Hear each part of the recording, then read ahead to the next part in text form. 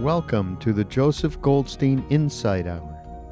This podcast is an expression of our shared interest in self-discovery. Join Joseph as he shares his deep knowledge of the path of mindfulness. If you are interested in supporting this podcast, please go to BeHereNowNetwork.com/Joseph.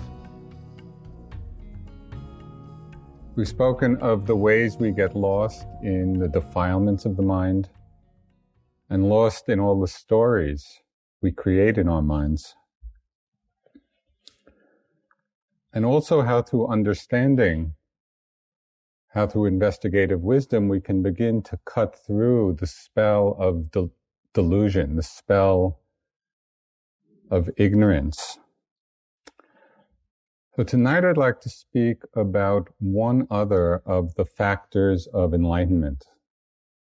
And these are qualities of the mind the Buddha spoke of, the factors of awakening, which he said all lead the mind or incline the mind towards nibbana, towards liberation, towards freedom. The particular factor I'll speak of tonight,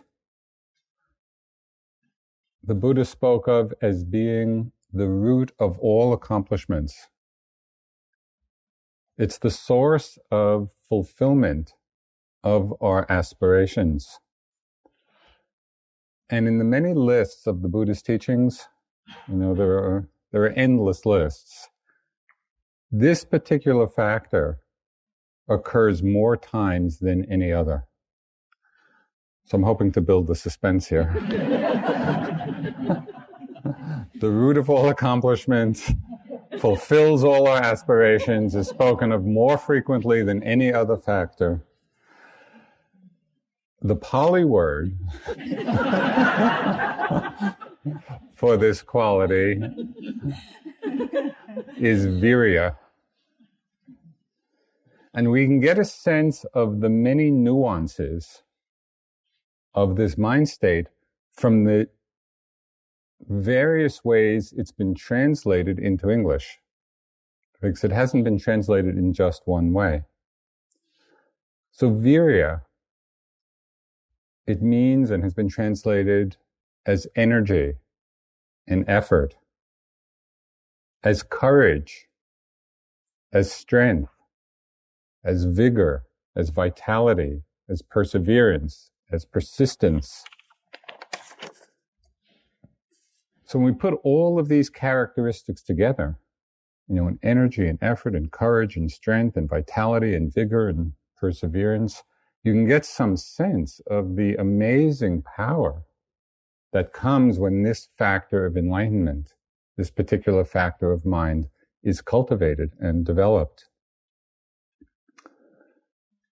But it's also important to realize that Viriya is what is known in the Buddhist psychology as a variable mental factor.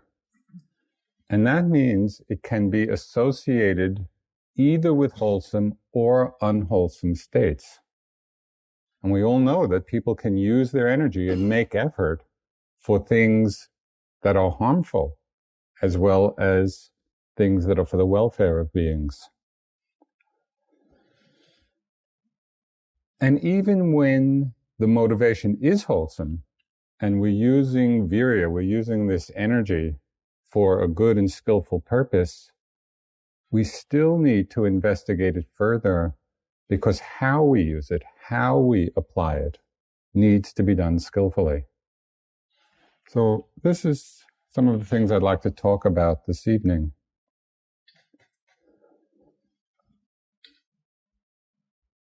In the most basic meaning of Viriya, we could think of it as energy.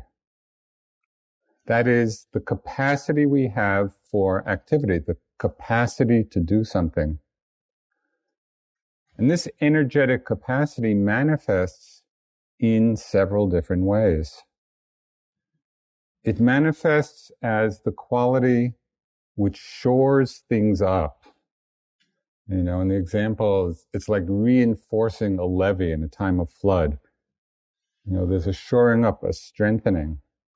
or shoring up a building, that might be falling down. It's that quality of lending strength to something.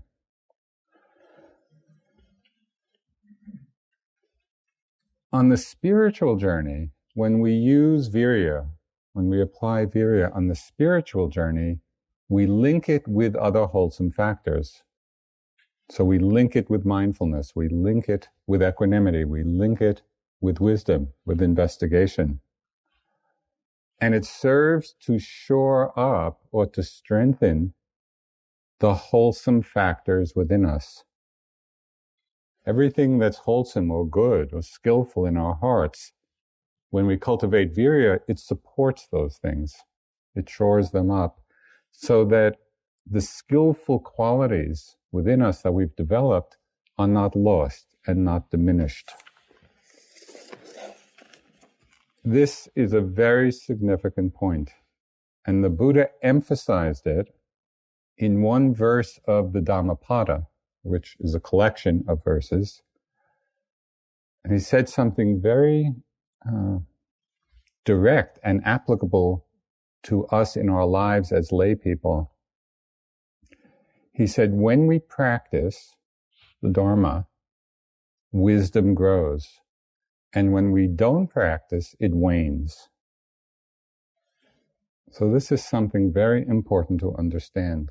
Wisdom is not something we get and then store someplace within ourselves. If wisdom is not continually growing and being supported, then the defilements begin to reassert themselves. This is the function in our practice and in our lives of Viriya. It keeps the wholesome forces, it keeps the wisdom we have growing. I'd like to read something from an ancient Korean Zen master. He was one of the kind of founders of Korean Zen. His name was Shinul. And he speaks just to this point. He says, beginningless habit energies are extremely difficult to remove suddenly. Hindrances are formidable, and habits are deeply ingrained. Although coming into this life we may suddenly awaken to the fact that our self-nature is originally void and calm, and no different from that of the Buddhas, these old habits are difficult to eliminate completely. Consequently, when we come into contact with either favorable or adverse objects, then anger and happiness blaze forth. Our adventitious defilements are no different from before. So even after moments of genuine realization, moments of awakening on one level or another, still these old habit patterns are formidable. And so we need continuing practice. We need this quality of Viriya to keep our wisdom growing, to become more complete. It is Viriya, this energy, which keeps us on the trajectory of awakening.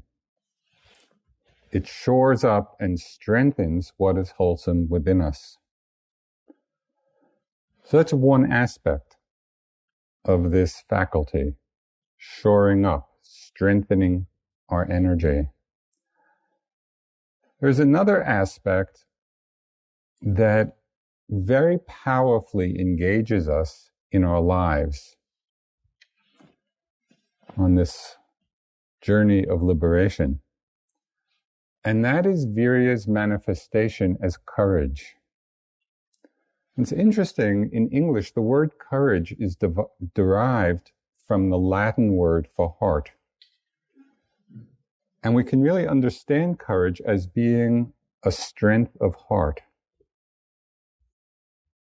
And this is a quality that's tremendously important, as we walk along this path.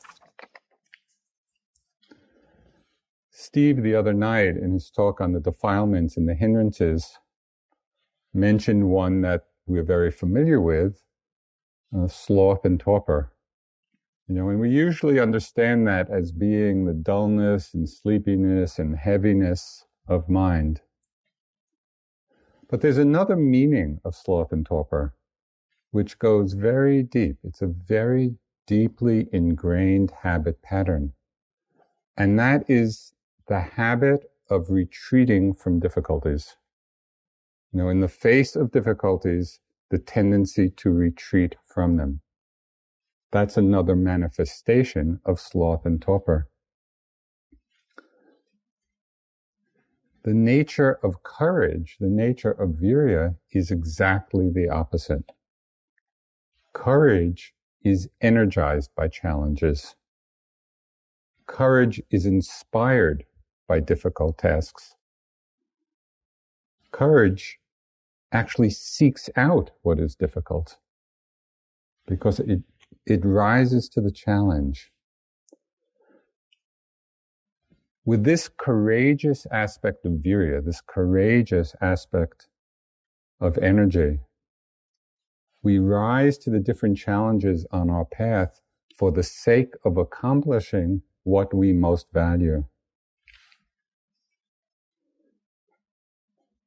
When Viriya is well developed, and it's a factor that can be practiced just like anything else, just like mindfulness, just like equanimity, it's a quality of mind that we can strengthen. When Viriya is well developed, it's undaunted by the thought of hardship. It doesn't shirk from it, doesn't shrink back from it, or it doesn't shrink from the length of an undertaking. Now, this quality is exemplified, or the perfection of it is manifest, of course, in the life of the Buddha and his life as a bodhisattva aspiring to Buddhahood. So what I'm going to read is just the very famous declaration of the bodhisattva. It's really the lion's roar of courage. This is before his attainment of enlightenment. He said, "Let only my skin and sinews and bones remain. Let my blood dry up. I will not give up until I have accomplished what can be done by human effort and endeavor." That's planting the flag. And it's said that on the night of his enlightenment, he sat down with the firm resolve that he would not get up from his seat until he had attained perfect enlightenment. Just imagine coming into the room, sitting, I'm not getting up. Well, fortunately, he was enlightened that very evening.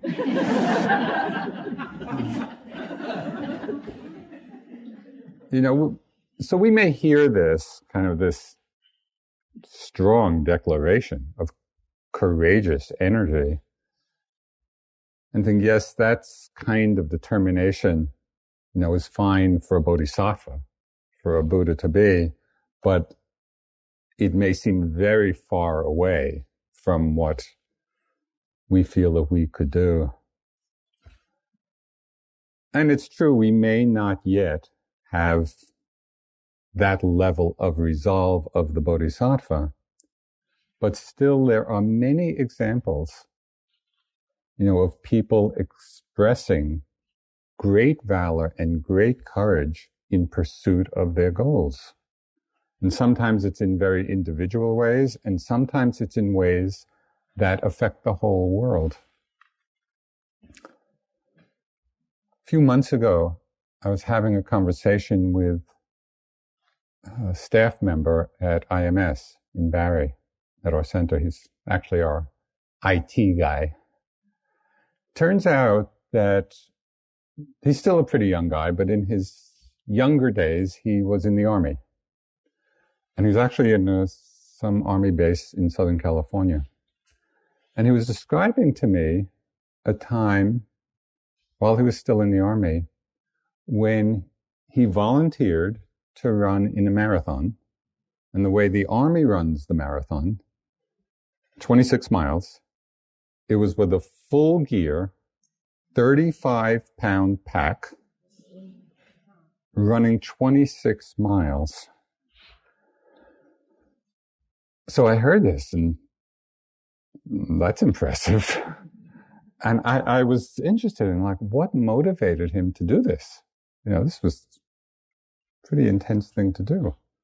And he said that he just wanted to face his mind in extreme circumstances. He just wanted to put himself in this most extreme kind of physical circumstance and see what his mind did with it. And he said that at about mile 13 or so, full pack, 35 pounds, big boots, kind of the whole thing. At mile 13, he started to have some doubts. And he said there were many seductive thoughts coming in his mind of, oh, maybe I don't have to do this. And there were actually, other guys running, and there were ATVs, some all-terrain vehicles, going along, and they were taking people, who wanted to stop back to the rest area, because clearly it was a very grueling thing. So all these thoughts were going on in his mind. Maybe I should stop, it's not worth it. But he kept going. And he said that the last few miles of the course, it was even running in sand. So somehow he finished. He did it. And as he was telling me this story, I was just thinking, what a great example of Viriya. I mean, that's precisely the quality, that was so strong in him. It was shoring up his determination. It was giving strength to the mind. It was facing the difficulties with courage. It was all those things that allowed him to accomplish what he wanted to accomplish, all coming from this quality of mind, of Viriya. And there was a little PS to the story, which kind of surprised me even more. He volunteered to do the same thing the following year. Now, what's striking to me, or what was striking, is that this guy, he's not a world-class athlete. It's not like he's a Lance Armstrong who won the Tour de France 7 times, or is just a guy who was probably in pretty good shape. But he had this particular factor of Viriya very well developed. It's like that courageous determination. So it was inspiring to me. Courage doesn't mean being free of fear, and it doesn't mean being free of doubt. It means being willing to act in the face of fear, in the face of doubt. The famous artist, Georgia O'Keeffe, she had a wonderful statement about this. She said, "I've been absolutely terrified every moment of my life, and I've never let it keep me from doing a single thing I wanted to do." Again, that's the quality of Viriya. Evidently, she had a lot of fear about doing various things, but she didn't let it stop her from doing anything she wanted to do. So what is the force? What's the power that allows us to act and manifest in that way? We see the same quality of Viriya, of courageous energy, in the lives of so many people, both well-known and not, in the front lines of social action.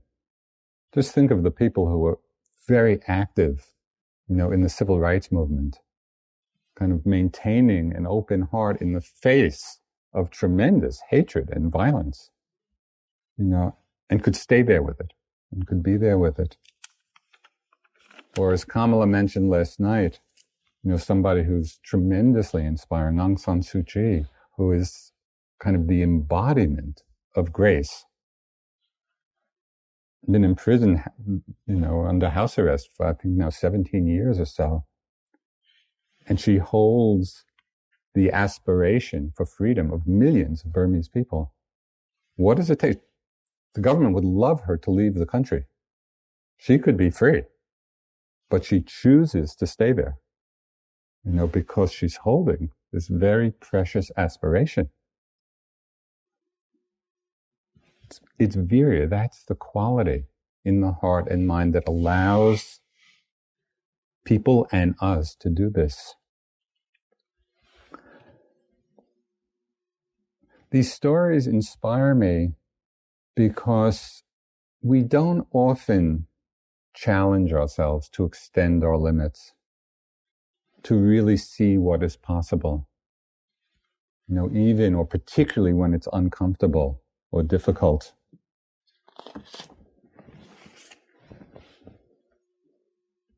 Sayadaw U Tejaniya, who we've been speaking of, over these last days and offering some of his perspective on the teachings, he said, avoiding difficult situations or running away from them does not usually take much skill or effort. But doing so prevents you from testing your own limits and from growing. The ability to face difficulties can be crucial for your growth. However, and this is a wise caution, if you are faced with a situation in which the difficulties are simply overwhelming, you should step back for the time being and wait until you have built up enough strength to deal with them skillfully. So that's an important balance to understand. Can we push the limits? Can we extend ourselves? Can we face the challenges and yet also be aware when it is overwhelming, when we do need to step back? So that takes some discerning wisdom.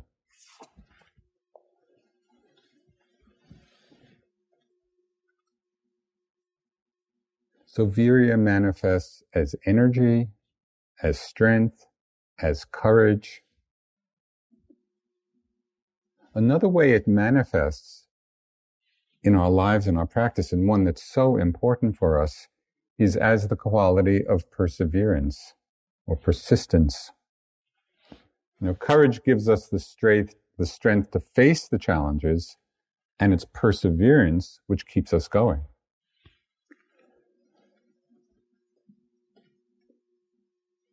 Pablo Casals, the famous cellist, he said that he still practiced 3 hours a day when he was 93 years old. And somebody asked him why. 93, still practicing 3 hours a day. And he said, I'm beginning to see some improvement.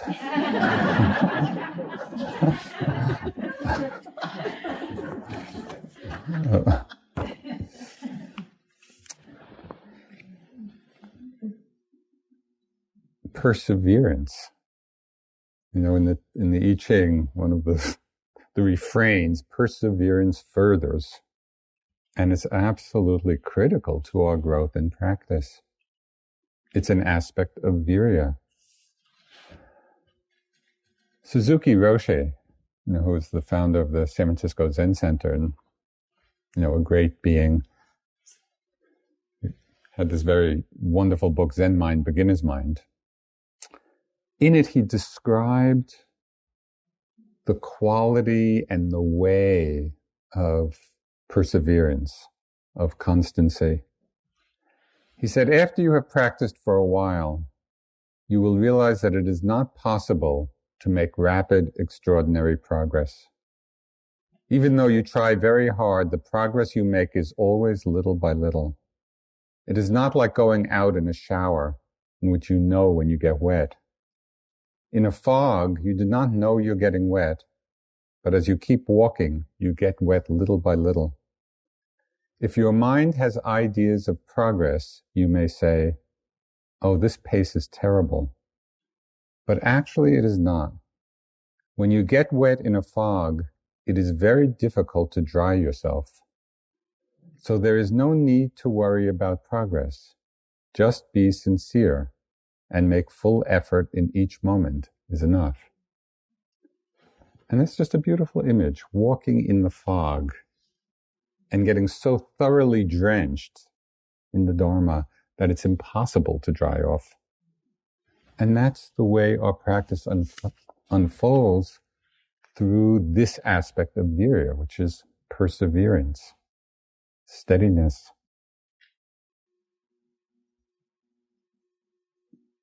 There's a story of Milarepa, who was the great, yogi of Tibet,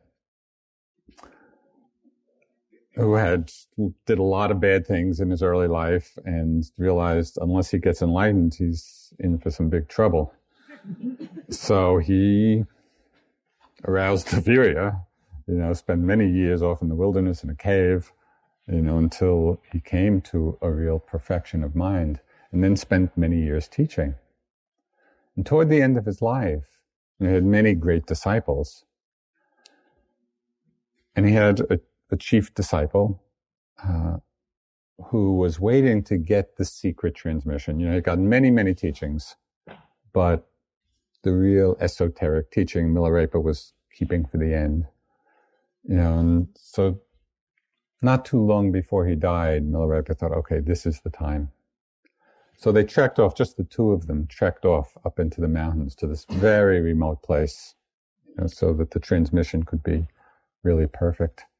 And they come to this place and they get all the situation perfect.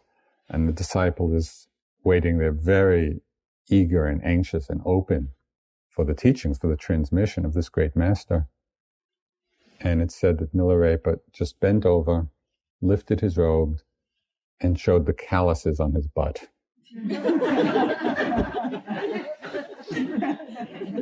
That's the transmission.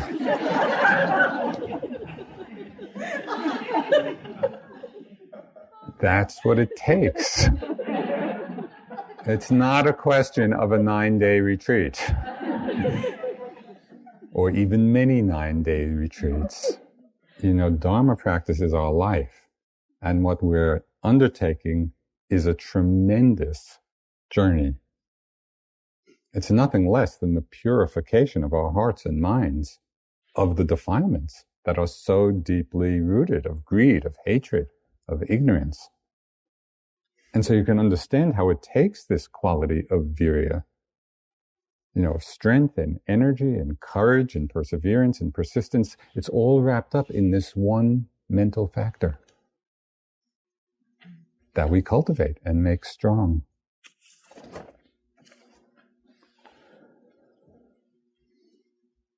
So there's strength, there's this shoring up quality of everything that's wholesome within us.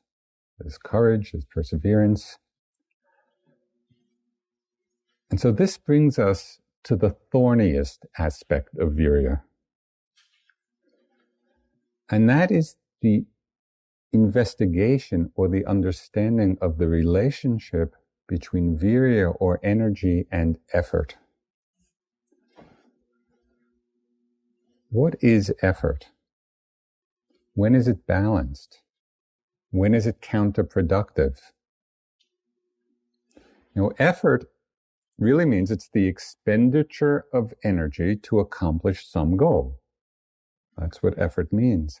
But the word effort in English has so many connotations for us.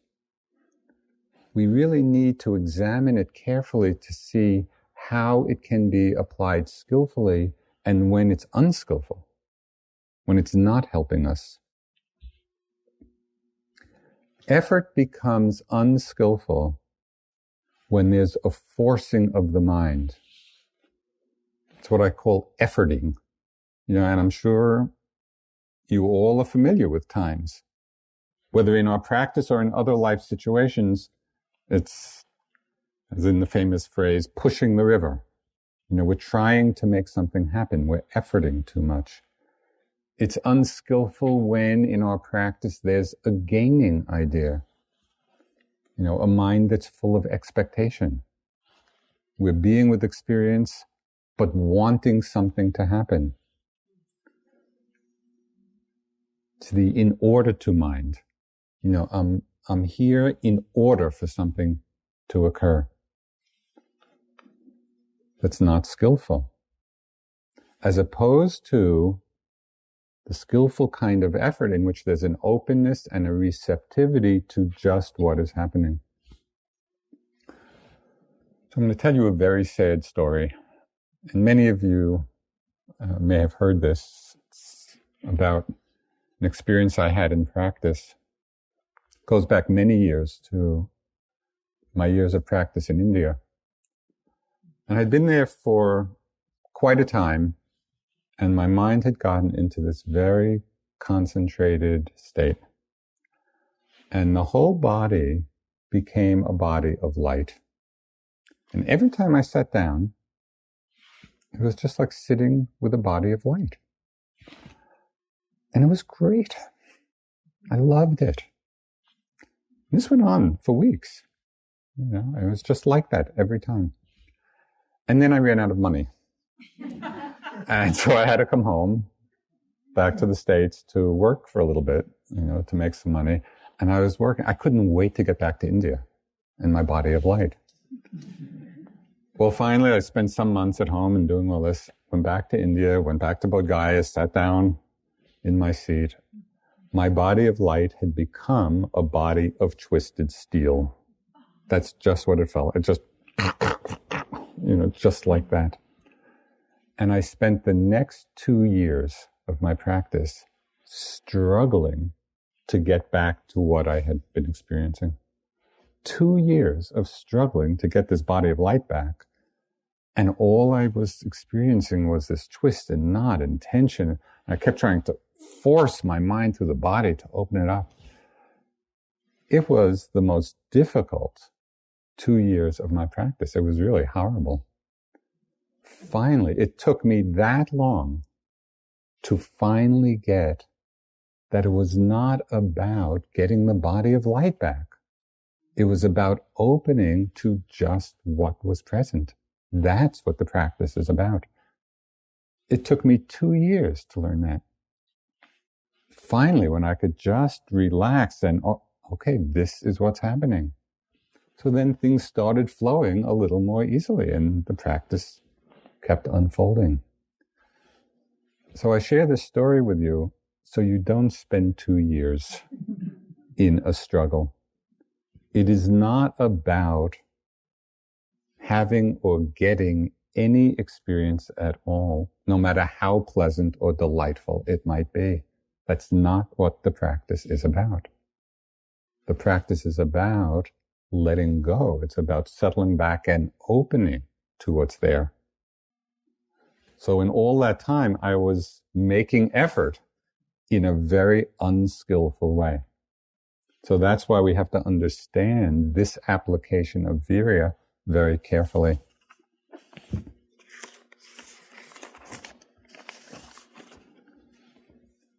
So as you're sitting, just notice, and that's why the emphasis on checking out the attitude in the mind.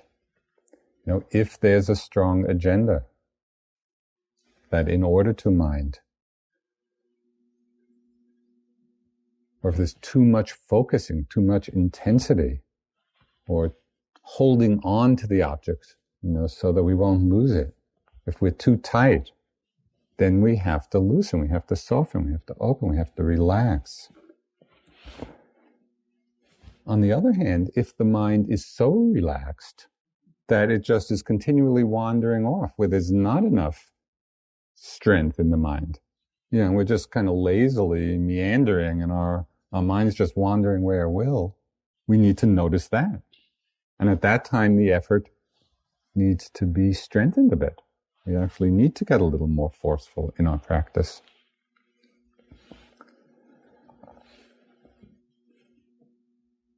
The cultivation of Viriya in all its various aspects of strength and courage and energy and perseverance and effort, the cultivation of Viriya is a very refined art. It's not something, that we find the perfect balance for it and then, okay, I've got it. It's not like that at all. It's a continual adjustment. It's like, as I'm told, I've never experienced this, but on a high wire, the way people keep their balance is not by finding the balance and then, okay, I got it now. It's a continual adjusting in finding the balance. That's how we need to practice. We need to stay aware of our present circumstance and see what's needed. If it's too tight, the mind's too tight, we need to soften. If it's too loose, we need to strengthen it a bit. The Buddha used the example of tuning the lute. When you tune an instrument, too tight it's not right, too loose it's not right. So we just keep tuning this instrument of our minds.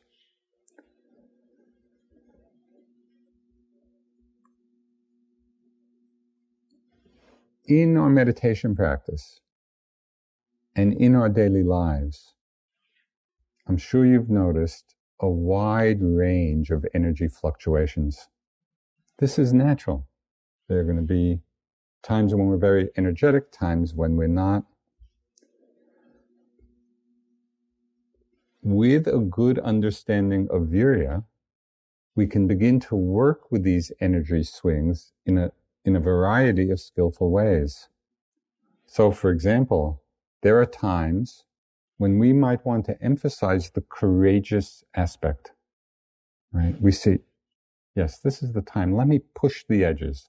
Let me see what it's like at the edge of our comfort zone. We become inspired to actually play at the boundaries, play at the edges of what we're comfortable with. So, for example, it might be sitting a little longer. At one point, Deepa Ma, one of our teachers from Calcutta, who was this great, great yogi, she turned to me and she said, I think you should sit for 2 days.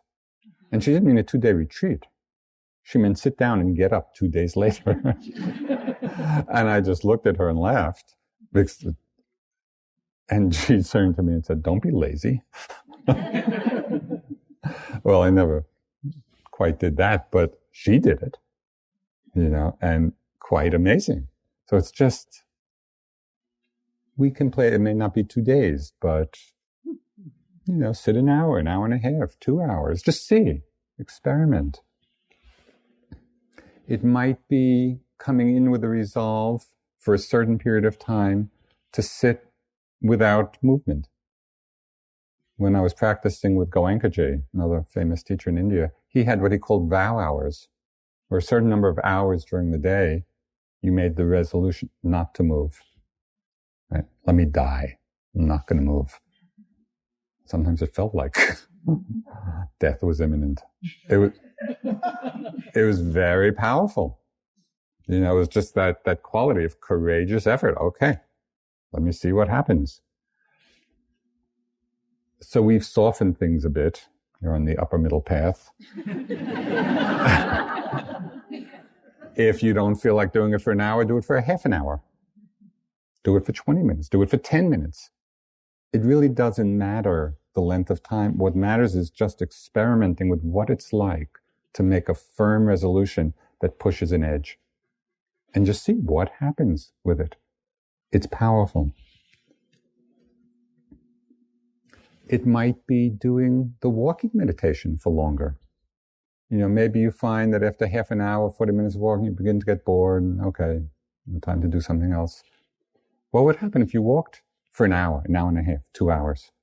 Just to see. Can you see how this will engage kind of our practice in a very different way? It might mean, and we haven't really talked about this, but in Buddhist monasteries, yogis are all on 8 precepts. And the other 3, the significant one in terms of real Viriya, is not eating after the noon meal. At the 3-month retreat in Barian at the Forest Refuge, quite a few people just decide to do that. To take the 8 precepts, see what it's like. Nobody starves, but it plays an edge. So it's important to understand with all of these suggestions, and you may find other edges for yourself. These are just some examples of possibilities. They all have to be done motivated by the quality of willingness and interest. It's not a should and it's not a right. There's no right and wrong in this. It's not an obligation or you're doing it for someone else. It's only at those times when it feels appropriate. And you have the energy, okay, this is one way of strengthening Viriya, the courageous aspect of it. On the other side, if the mind feels too tight, there's too much efforting, or we're filled with a lot of self-judgment, or there's a kind of ambitious striving, which is another pattern, another common tendency, then we might want to emphasize the softer side of Viriya, the side of perseverance, the side of constancy. And Sayadaw U Tejaniya, he has some very wise words about this kind of right effort.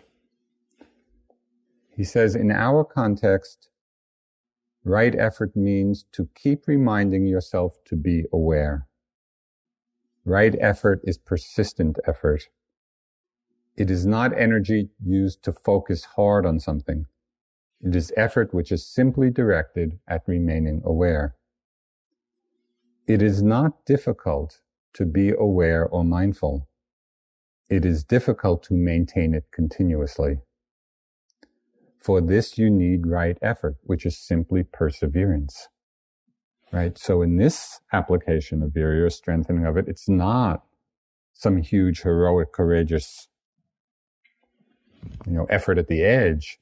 It's that determination, that strong intention to practice the continuity, to have that kind of constancy in the practice. Again, from Sayadaw, you do not need strong effort to be mindful. When we are present, we become aware of what is happening. Simply reminding yourself to be in the present moment is all the effort you need. So this is another side. This is another way of strengthening this factor of enlightenment.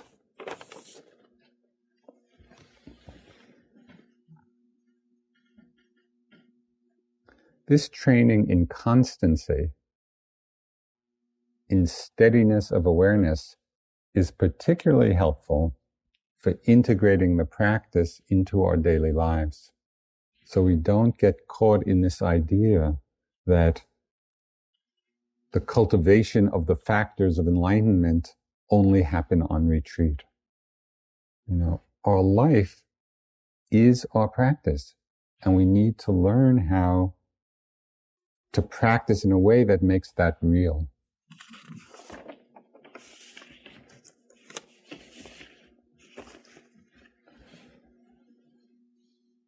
The Buddha talked of attending to these factors of enlightenment.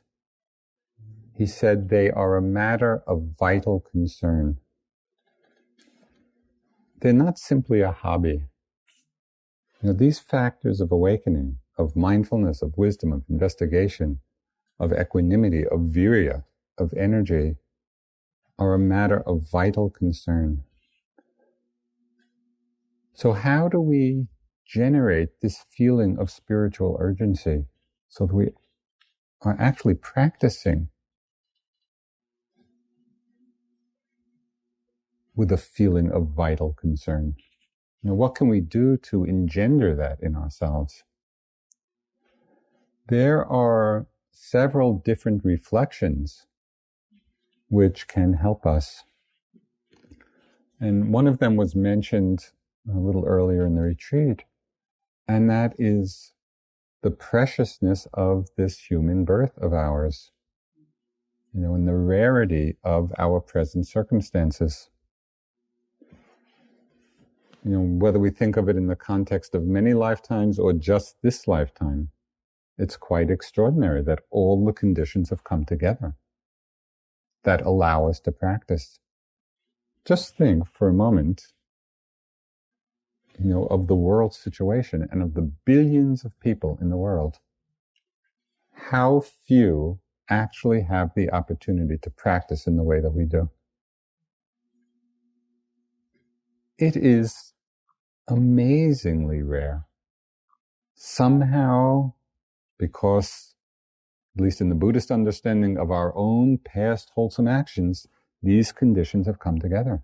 So we want to take advantage of this situation because conditions change.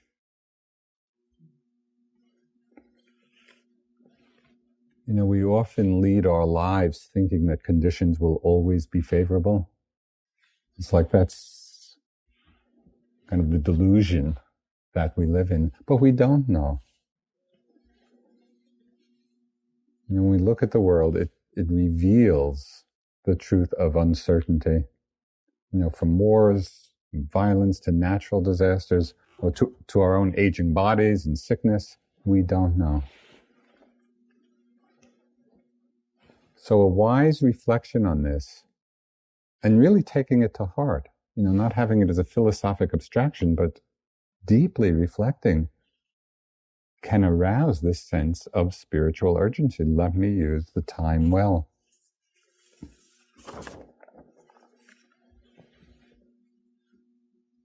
Reflection on death is another powerful reminder. It's strange that in our culture,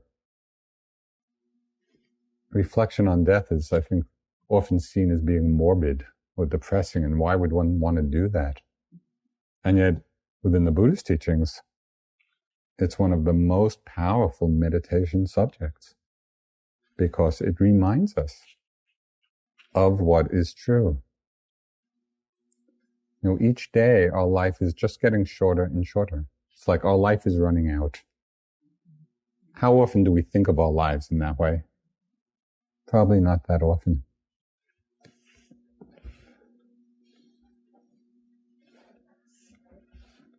Shantideva, who wrote Guide to the Bodhisattva's Way of Life, and the Dalai Lama is a great devotee of Shantideva. He said, "Fix this firmly in your understanding. All that may be wished for will by nature fade to nothing." And it's just so true. So we need to take this in. We really need to reflect on it, and it can arouse a tremendous sense of Viriya in us. It's said that in this reflection of the preciousness of our present circumstances, that we have arrived at a great treasure island. So what did the Buddha mean by this? That is, this treasure island that we've all arrived at is this precious human birth.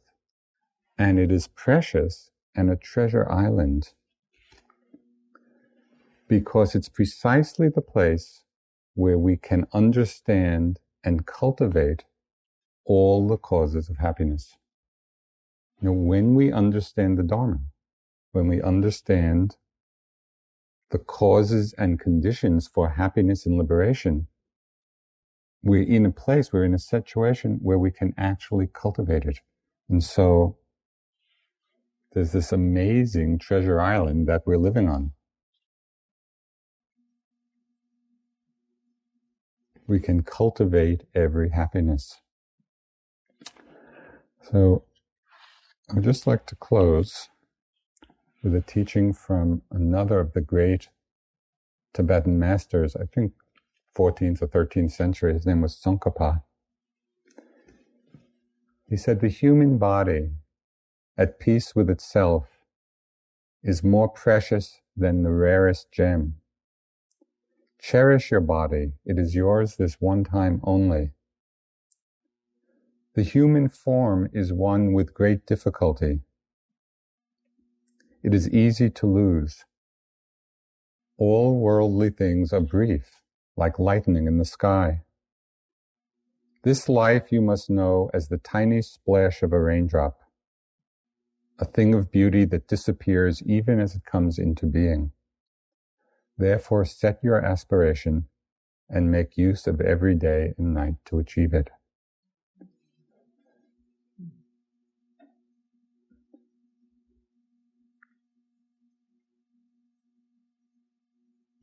This is really a teaching of Viriya, of energy, of strength, of courage, of effort, of perseverance. And it's through this quality, through this tremendous quality that's within us all, that as we cultivate and develop, leads us to the highest goal.